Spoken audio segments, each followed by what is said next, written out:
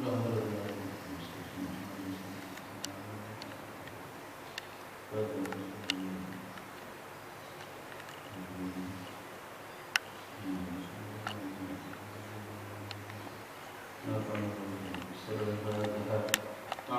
بالله من الشيطان الرجيم. بسم الله الرحمن الرحيم. الحمد لله رب العالمين الرحمن الرحيم مالك يوم الدين إياك نعبد وإياك نستعين اهدنا الصراط المستقيم صراط الذين أنعمت عليهم غير المغضوب عليهم ولا الضالين.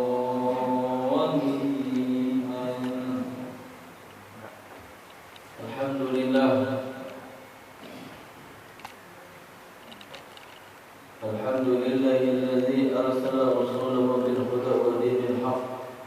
أشهد أن لا إله إلا الله وحده لا شريك له شهادة تنجينا يوم القيامة. أما بعد سبحانك لا علم لنا إلا ما علمتنا إنك أنت العليم الحكيم. وتب علينا إنك أنت التواب الرحيم. وقل رب اشرح لي صدري ويسر لي أمري واحلل عقدة من لساني يفقهوا قولي. Ma'asyiral muslimin, jamaah salat zuhur yang Allah Ta'ala muliakan. Mengawali daripada pengajian kita yang hari ini, mari kita bersyukur kepada Allah yang telah memberikan kepada kita begitu banyak kenikmatan dengan meningkatkan keimanan dan ketakwaan kita kepada Allah. Salawat serta salam kita haturkan kepada baginda Muhammad sallallahu alaihi wasallam. Semoga kita terkelompok daripada orang-orang yang mengikuti daripada ajaran mulia baginda Muhammad sallallahu alaihi wasallam. Sesungguhnya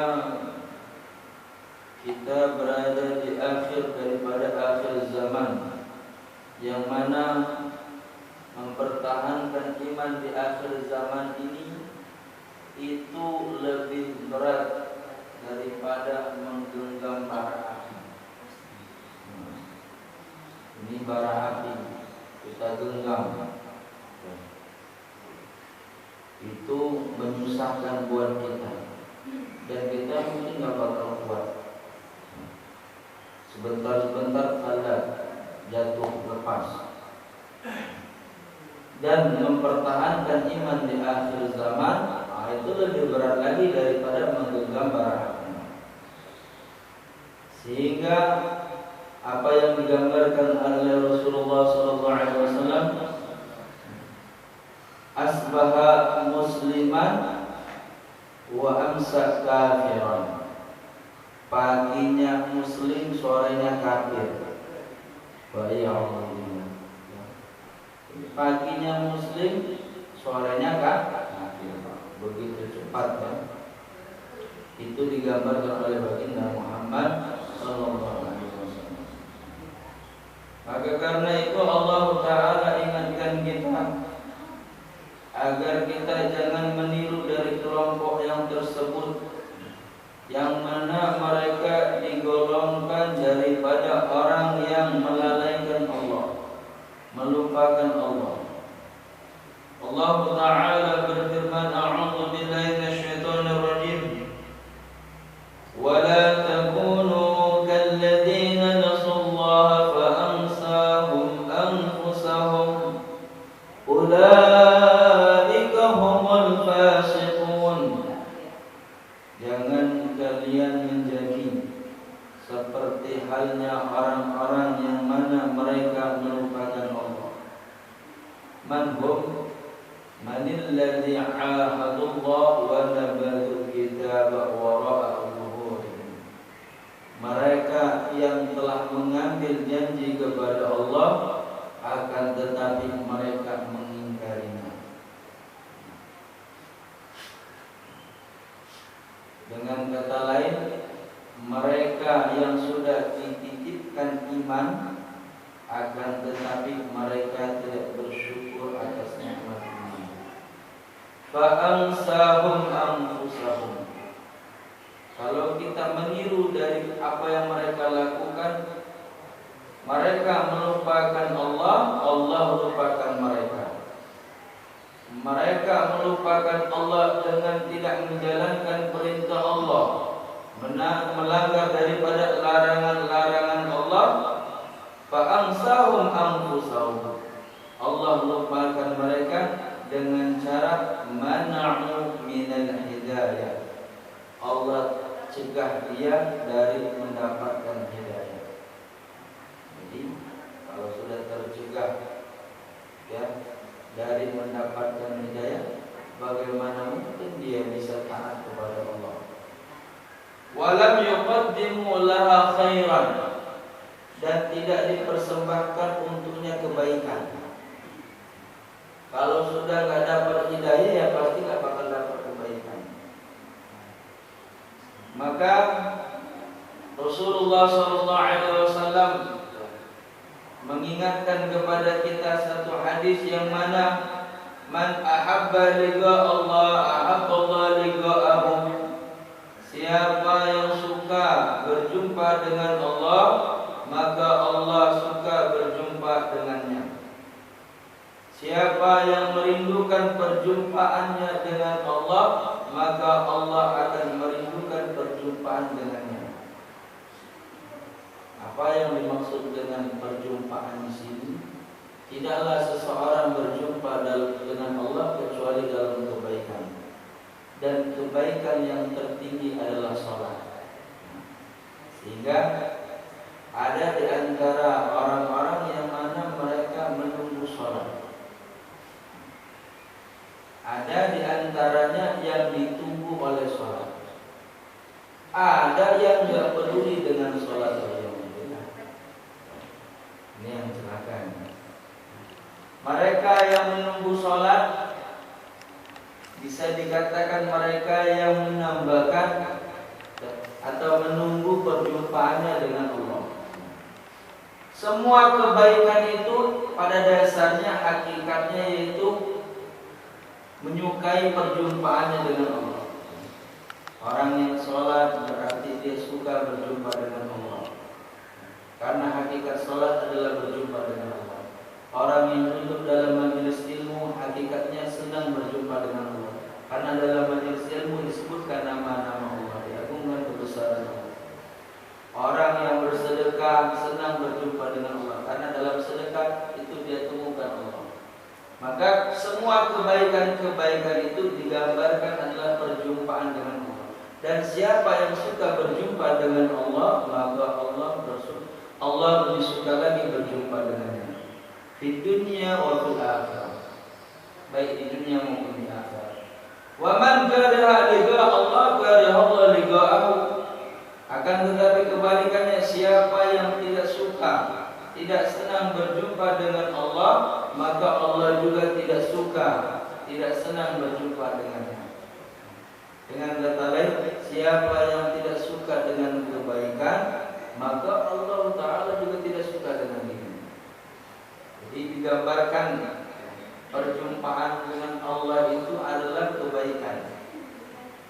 Orang yang suka dengan kebaikan, maka dia akan mendapatkan kebaikan, baik di dunia maupun di akhirat. Dan orang yang tidak suka dengan kebaikan, dia tidak akan mendapatkan kebaikan baik di dunia maupun di akhirat. Dan orang yang melupakan Allah cenderung adalah orang yang tidak suka dengan kebaikan. Jadi melupakan Allah itu cenderung orang yang tidak suka dengan kebaikan. Ulaika humul fasiqun, mendapat laqab, mendapat julukan orang yang enggak suka dengan kebaikan, cenderung melakukan keburukan, yaitu fasik. Apa? Fasik. Ulaika humul fasiqun, mereka itu adalah orang yang fasik. Man humul fasiqun, siapa orang fasik itu? Al-'asuna naqiduna 'ahdahum ay kharijuna an tariqil hidayah wa rahmah wal maghfirah. Mereka yang bermaksiat kepada Allah, mereka yang membatalkan janjinya dengan Allah, mereka yang keluar dari jalan hidayah dan memilih kesesatan. Jadi udah di jalan yang benar, lebih memilih jalan yang sesat. Kan jalan itu ada dua, ada mustaqim, ada dhalalah. Mustaqim itu adalah jalan yang lurus, jalan yang benar, jalan hidayah. Tapi orang-orang fasik lebih memilih daripada jalan yang sesat. Bahkan al-fasikuna, orang-orang fasik itu cenderung keluar dari hidayah, bahkan keluar dari rahmat dan ampunan Allah. Ini dihadapkan kepadanya hidayahnya Allah, rahmatnya Allah, ampunannya Allah. Akan tetapi dia lebih memilih daripada mendapatkan murkanya Allah. Maka orang yang melupakan Allah itu disebut dengan orang fasik. Dan fasik terbagi menjadi dua. Al-fasiqu ala naw'ain. Fasik itu terbagi menjadi dua. Ada fasikun kafirun wa fasikun fajirun. Ada fasik kafir, ada fasik fajir.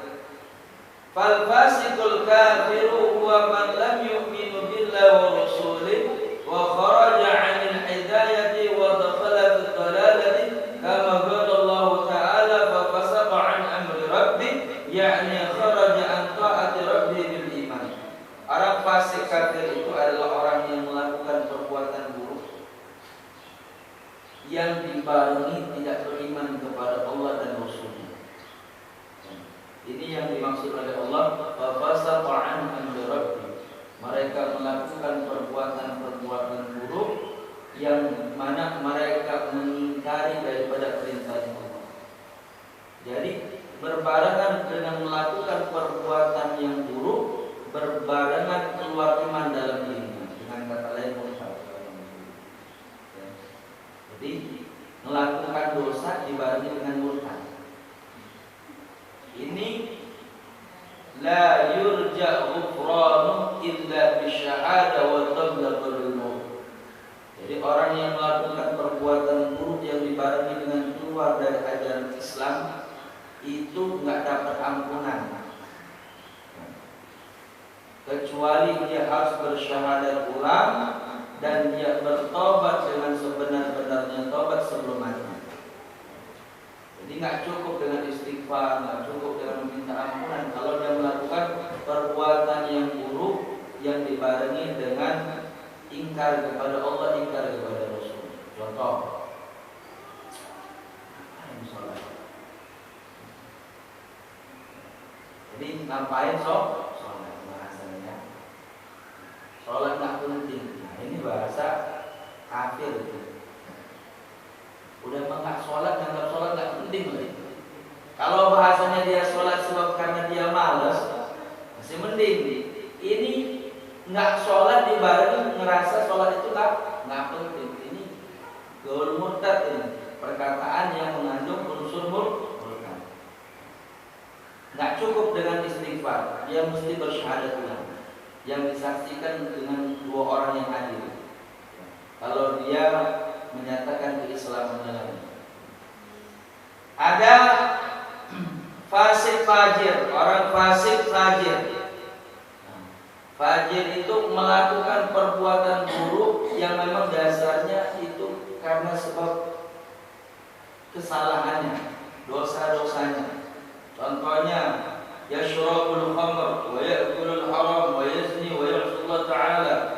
Mereka yang meminum khamar, mereka yang memakan haram, mereka yang berzina, mereka yang bermaksiat, mereka yang meninggalkan ibadah, akan tetapi wala ya'ti bisyirki, tidak dibarengi dengan menyekutukan Allah. Dengan kata lain, dia melakukan perbuatan-perbuatan haram, akan tetapi masih ada rasa takutnya kepada Allah.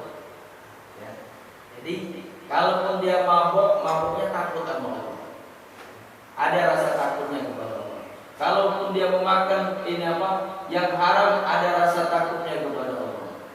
Kalaupun dia melakukan perbuatan zina, dia merasa takut kepada Allah. Intinya dia melakukan perbuatan-perbuatan yang salah dan dosa, akan tetapi dia tidak menyekutukan Allah. Dengan kata lain, masih takut kepada Allah. Ini dikatakan fasik fajir. Yurja ghufranuh, masih diharapkan ampunan untuknya. Qoblal maut, dengan catatan sebelum mati. Tapi kalau dia tobat udah mati ya nggak manfaat. Udah mati baru tobat, dia nggak manfaat. Kalau mau tobat ya sekarang, sebelum mati. Kenapa orang yang di alam kubur sana itu bertobat kepada Allah siang dan malam, ya, pagi sore, setiap waktu, setiap saat meminta ampunan kepada Allah atas dosa-dosa yang dia sudah lakukan. Tapi apa? Ya, Allah Ta'ala tanya, dulu waktu ini mana aja? Kenapa nggak minta tobat waktu masih hidup? Udah mati baru mau tobat, nggak manfaat. Kalau mau tobat dia selagi hidup. Ma'asyiral muslimin jamaah salat zuhur yang Allah Ta'ala muliakan. Akan tetapi kabar gembira buat kita semua, yang mana Rasulullah SAW bersabda, "At-taibu minadz-dzanbi kaman la dzanba lahu." Orang yang lelah daripada perbuatan dosa itu seperti halnya orang yang tidak punya dosa. Wa huwa alladzi yaqbalu tauba 'an 'ibadihi wa ya'fu 'ani sayyi'at. Dan Allah Ta'ala juga berfirman, Allah akan menerima taubat dari hambanya dan akan mengampunkan, memaafkan daripada semua keburukan, illa syirkun, kecuali syirik, menyekutukan Allah. Dengan kata lain, melakukan perbuatan dosa akan tetapi dibarengi dengan menyekutukan Allah. Karena pada dasarnya maksiat itu timbul dari sombong. Ya, maksiat itu timbul dari sombong. Itu yang dilakukan iblis la'anatullah. Sebab dia enggak mau sujud kepada Nabi Adam apa? Tatagabbara anhu. Dia merasa sombong atas dirinya, sehingga dia enggak mau sujud kepada Allah. Pada dasarnya orang yang melakukan perbuatan maksiat, dosa itu pada dasarnya sebab ada kesombongan dalam diri. Maka karena itu jika kita ingin taat kepada Allah, pertama kali coba kita kendalikan bagaimana kita mematikan kesombongan dalam diri kita. Sehingga apa? Ketika kita sudah berusaha mematikan kesombongan dalam diri kita, maka kita akan taat kepada Allah Ta'ala. Wallahu a'lam bishawab. Ini saja daripada